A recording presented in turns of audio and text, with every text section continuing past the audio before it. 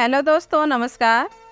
आज फिर एक नई कहानी के साथ आप सबका अपने चैनल में स्वागत करती हूँ। आज की कहानी है श्री फणीश्वर नाथ रेणु जी की कहानी काका चरित्र। तो चलिए आज की कहानी हम लोग शुरू करते हैं। किशन लाल ने सुबह उठकर अपनी दोनों तलहतियों को देखा, फिर इष्ट नाम जप किया। भजन का प्रोग्राम हो गया। 8 बज गए। सावित्री बाजार चली है। वह उठकर बैठ गया और बाएं हाथ से दाहिने कंधे को छू कर देखा, नहीं दर्द नहीं। फिर उसने बाह को टीप कर देखा, नहीं दर्द नहीं। 2-3 बार नथुने से लंबी सांस लेकर परीक्षा की। दोनों नगवासे एकदम क्लियर। आज शाम को अधकपाली दर्द की भी कोई आशंका नहीं, बशर्ते नहीं उसकी शंका निर्मूल थी। वह प्रसन्न होकर कोई गीत गुनगुनाने लगा, सामने मैदान की ओर देखने लगा। प्रातः भ्रमण करने वाले घर लौट रहे हैं, लेकिन उस मोटे आदमी का मोटापा इस जीवन में अब कम नहीं होगा। सुबह को गोल मार्केट के गोल पार्क के चारों ओर दुल्की चाल में दौड़ता है। शाम के अंधेरे में मिठाई की दुकान में आधा दर्जन रसगुल्ले और क्रीम चॉप खा जाता है। उनके खाने के ढंग को देखकर कोई भी कह सकता है कि उसे मिठाई की मनाही है और वह चुरा कर कुपथ्य भोजन कर रहा है। एक रसगुल्ला मुंह में डालता है और चारों ओर देखता है। किशन लाल को हंसी आई। उस दिन भले आदमी के साथ उसका बेटा भी था, शायद उसके साथ भेजा गया था। भले आदमी ने उसको फुसला कर एक और टरका दिया था, लेकिन ऐन मौके पर पकड़े गए बेचारे। बेटे ने बाप को धमकी दी, बाबा की होच्छे माँ के बोले दिबो। भले आदमी ने 4 पंतुआ घूस देकर बेटे का मुंह बंद किया था। पता नहीं क्या नाम है उनका। किशन लाल को उनसे सहानुभूति है। एक दिन परिचय प्राप्त करने के लिए किशन लाल उनको रसगुल्ला खिलाएगा। सामने वाले बिजली के खंभे पर एक कौवा न जाने कब से बैठा काय काय कर रहा था। एक बार उसने बहुत कर्कश स्वर में काय किया। तब किशन लाल का ध्यान उधर गया। अरे रे, यह कौवा साला क्या कर रहा है? मरकरी बार में लगे पतले तार को चोंच से खींच रहा है।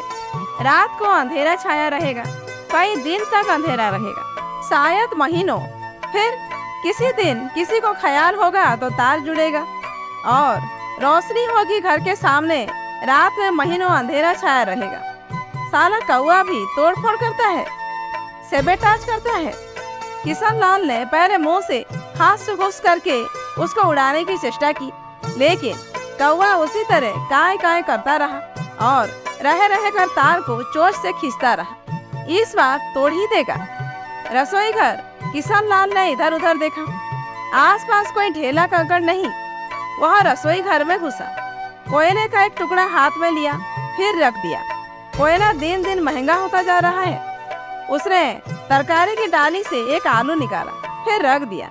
नहीं, आलू क्यों बर्बाद करें? इस छोटे और सूखे प्याज से काम चल जाएगा। अकुराया हुआ प्याज है, मिट्टी पाकर जड़ जम लेगा, बेकार नहीं जाएगा। सूखे और अंकुराए हुए प्याज को कौवे की ओर फेंका उसने। अचानक हाथ का दर्द जोर से चिंचिना उठा। कौवा नहीं उड़ा, लेकिन दर्द के मारे उसके मुंह से एक हल्की सी चीख निकल पड़ी और तभी सावित्री आ गई। क्या है, क्या हुआ? दर्द। सावित्री ने मुंह बनाकर मछली की थैली एक और रख दी। सावित्री का मुंह बनाना वह समझता है। वह कब किस बात पर कैसा मुंह करती है, किशन लाल को छोड़कर और कौन समझेगा? अभी सावित्री के मुंह बनाने का अर्थ हुआ, यह दर्द तुम्हारी मौत के साथ ही जाएगा। इतनी बड़ी बात। जब से किशन लाल के हाथ में दर्द हुआ है, दुनिया ही उससे निराश हो गई है। सभी उसे कामचोर, बहानेबाज और झूठा समझने लगे हैं। 8 महीने के बाद उसकी पत्नी भी उसके दर्द को भूल गई है। कहती है तुम्हारा वहम है। वहम?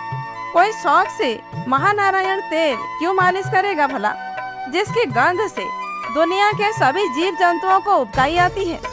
यह क्या बोआली मछली ले आई है?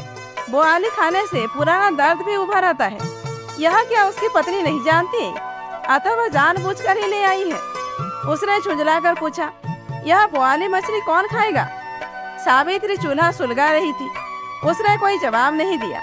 किशन लाल ने इस बार तीखे स्वर में कहा, मैं अभी भी कह रहा हूँ, खाने के समय फिर मुझे मत कहना, मैं बोआली मछली नहीं खाऊंगा। बोआली मछली में क्या है? यह बादी होता है, सो तुम नहीं जानती? सावित्री ने फिर मुंह बनाया, अर्थात तुम्हारे लिए दुनिया की हर चीज बादी है। किशन लाल का मन दुख और ग्लानि से भर गया। एक उस मोटे आदमी की बीवी है जो रोज उसको बिछावन से उठाकर गोल पार्क के चारों ओर गुल की चाल में दौड़ने के लिए भेजती है। पति बाहर निकलकर कुछ अपत कुपत ना खा ले, इसलिए बेटे को साथ में लगा देती है। और एक उसकी स्त्री है जिसका नाम सावित्री है, पर अपने पति के साथ इस तरह दुर्व्यवहार कर रही है ना। आज का दिन बुरी तरह कटेगा। दर्द बढ़ रहा है, बढ़ता जा रहा है। दर्द अब उसके कंधे तक आ गया। उसकी करपट्टी गर्म हो रही है, दाहिना नथुना बंद हो गया। दोपहर को ही अतकपाली शुरू हो जाएगी। आज कौवा साला फिर लौटकर आ गया। शायद वह किशन लाल को चिढ़ाने आया है कि वह अपने मन से उड़कर गया था और अपने ही मन से फिर लौटकर आया है। उसको कोई नहीं उड़ा सकता। शायद क्यों यह साला सचमुच उसको चिढ़ाने आया है। किशन लाल की ओर मुंह करके चोंच नचाकर काय काय करता है। सिर्फ काय काय नहीं, काय क्या यह कौवा ही सारे अशुभ और अशगुन का वाहक है? जिस दिन वह फिसल कर गिरा था उस दिन भी क्या सुबह को यह इसी तरह काय काय कर गया था? 8 महीने पहले की बात याद नहीं, लेकिन जरूर इसने अशुभ सुर में काय काय किया होगा। किशन लाल के कानों के आसपास कौवों की तरह तरह की बोलियां गुजरने लगी। क का आ काया या कुर्र का केका। अभी गुलेल होता यह बंदूक नहीं। इस साले की जान लिए बगैर किशन लाल के जीवन में कभी सुख चैन नहीं लौटेगा। किसी दोस्त के पास हवाई बंदूक भी नहीं। चौधरी के पास पिस्तौल है। एक दिन वह चौधरी को चाय पर बुला लाएगा, लेकिन क्या पिस्तौल से कोई को मारा जा सकता है? किशन लाल रसोई घर में घुसा। सावित्री ने पूछा क्या चाहिए? उसने कोई जवाब नहीं दिया और कोयले का एक मझोला सा टुकड़ा उठा लिया। क्या करोगे? किशन लाल ने कोई जवाब नहीं दिया। सावित्री उसके पीछे पीछे बरामदे में आई। क्या होगा इस कोयले का? किशन लाल ने हाथ उठाया। दर्द। कौवा तार काटने में मशगूल है। उसने कहा देखती नहीं कौवा क्या कर रहा है? महीने भर तक अंधेरा छाया रहेगा। सावित्री ने देखा, उसे भी अचरज हुआ। सचमुच कौवा तार को ही नोच रहा है, मरेगा नहीं, शौक नहीं लुटता। सावित्री ने अपनी तीखी आवाज में हंस किया और कौवा का करके उड़ गया। किशन लाल बाहर आगे खड़ा रहा। दर्द अब सारी बहिया में छा गया है। सावित्री बोली कौवा भी अजब पी होता है। किशन लाल ने कहा एक बार सारे गांव को जलाकर स्वाहा कर दिया था एक कौवे ने। चोंच में जलता हुआ लकड़ी का अंगारा ले उड़ा और एक आदमी के फुस्त के छपर पर रख दिया। सारा गांव राख हो गया था जलकर। अतः एक बार मेरे बाबूजी कचहरी जा रहे थे। घर के बाहर पैर निकाला ही था कि कोई बस मुकदमा सेसा सुपुर्द हो गया। अच्छा, सावित्री रसोई घर से ही बोली, बड़ा मनहूस पंछी होता है यह कौवा भी। किशन लाल बोला एक बार राय साहब के अरबी घोड़े की आंख में चोंच मार दिया। 1000 रुपए का घोड़ा बेकार हो गया। एक बार साहेबगंज में नाश्ता कर लो। किशन लाल नाश्ता करने लगा। एक बार साहेबगंज में मौलवी साहब के घर पर बैठकर ऐसी बोली बोल गया कि कागा की कॉलेरा हो गया। गीत में जो कहा है कि नबवेसर कागा ले भागा, सो झूठ नहीं, जरूर नकवेसर लेकर भागा होगा साला। किशन लाल को लोकगीत की पंक्तियां याद आई। उड़ उड़ कागा छतिया पर बैठे, छतिया का सब रस ले भागा नकवेसर। और मैं जो गिरा था सो जानती हो, उस दिन सुबह को साला अशुभपुरी बोला था तुम्हारा बहन। किशन लाल को गुस्सा चढ़ गया। दुनिया भर के लोगों से सावित्री को सहानुभूति है, अपने पति के बिना। मैं सच कहता हूँ। सावित्री चुप रही। किशन लाल को तब बोआली मछली की याद आई। उसने कहा लेकिन मैं बोआली मछली हरगिज नहीं खाऊंगा, छूना भी मना है। किशन लाल का मन फिर दुख और ग्लानि से भर गया। वह मुंह पोंछकर उठा, नहीं, आज का दिन ठीक नहीं। आज मौन व्रत पालन करके ही गृह कलह को वह नहीं टाल सकेगा। कौवा यूं ही नहीं बोलता। किशन लाल अब समझ गया है उसके दुर्भाग्य के मूल में कागा और कौवा ही है, उसके सारे दुख दर्द का कारण। मैं बोआली मछली नहीं खाऊंगा, यह मैं आखिरी बार कह रहा हूँ। सावित्री ने कोई सीधा जवाब नहीं दिया। वह अब कलह की भूमिका बांधने लगी। विवाह के बाद से शुरू करेगी और अंत इस दर्द पर होगा। इस सिलसिले में वह किशन लाल को ही नहीं, किशन लाल के सभी हित मित्रों को समेटेगी। किशन लाल के चरित्र की व्याख्या करेगी। हुआ शुरू। किशन लाल ने तय किया वह आज दिन भर शर्मा के घर पर रहेगा, शाम को लौटेगा, लेकिन वह बोआली मछली हरगिज नहीं खाएगा। जहर खा सकता है, यह मछली नहीं। कौवा फिर लौट आया। कहाँ जा रहे हो? किशन लाल ने कोई जवाब नहीं दिया तो सावित्री स्वयं बड़बड़ाने लगी। जाएगा और कहाँ? शर्मा और सिन्हा जैसे निठल्ले दोस्तों को छोड़कर किसके पास इतना फाजिल समय है? शतरंज। मैं पूछती हूँ, शतरंज के राजा और वजीर को मारकर ही दुनिया चलेगी? किशन लाल ने तय किया आज वह शाम को भी घर नहीं लौटेगा। सावित्री कह रही थी, दर्द दर्द, हाथ का दर्द, सिर का दर्द। जिसके दिल में अपनी बीवी के लिए, अपने घर के लिए दर्द नहीं, उसकी सारी देह में दर्द। किशन लाल को मौन व्रत भंग करना पड़ा। वह चिल्लाया, इस घर में कौन रह सकता है जहाँ दिन रात इसी तरह काय काय? मैं काय काय करती हूँ। बिजली के खंबे पर बैठा हुआ कौवा जोर से काव काव कहकर उड़ गया। किशन लाल की देह झंझना उठी। लगा एक शब्द भेदी बाण मारकर भाग गया कौवा। नहीं, किसी के रोके नहीं रुक सकता। जो होने वाला है आज अच्छी तरह होकर रहेगा। रसोई घर में बर्तन झंझनाने लगे। सावित्री अब बड़बड़ाती नहीं, रो रही थी, नाक आँख पोंछ रही थी। किशन लाल को अब अपनी जिंदगी भार लगने लगी। उसको अपने देह पर, अपने नाम पर, अपनी बाह पर, अपने सब कुछ पर क्रोध आ गया। उसने कहा, मैं कहता हूँ कहाँ?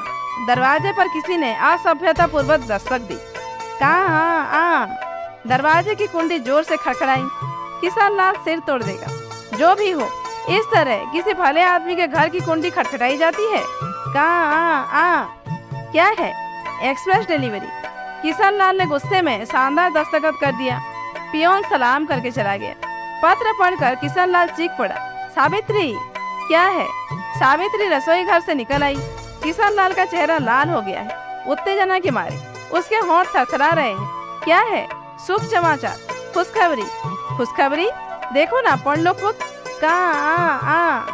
पत्र पढ़कर सावित्री खिल पड़ी। वह ठाकुर जी की मूर्ति के सामने चिट्ठी रखकर शंख फूंकने लगी। कहाँ? किशन लाल बोला, बोआली मछली का चौप बहुत लाजवाब होता है, सो भी तुम्हारे हाथ का। नहीं, बोआली मछली से तुम्हारा दर्द बढ़ता है, सो मत खाओ। अरे कहाँ का दर्द? नहीं बाबा, बादी चीज। सावित्री, कौवा हमेशा अशुभ ही नहीं भागता है, बोआली मछली हमेशा बादी नहीं होती। किशन लाल ने मछली की थाली से भुनी हुई मछली का एक टुकड़ा उठाया, बरामदे पर गया और जोर से कौवे की ओर फेंकते हुए कहा, ले जा, ले आ। कौवा एक बार कां करके उड़ा, फिर धरती पर पड़े हुए मछली के टुकड़े को चोंच में लेकर ताड़ के पेड़ पर जा बैठा। किशन लाल बोला, वह गीत याद है तुमको? सोने से चोंच मढ़ा दूरे कागा, जरा गाओ ना। सावित्री हंस पड़ी।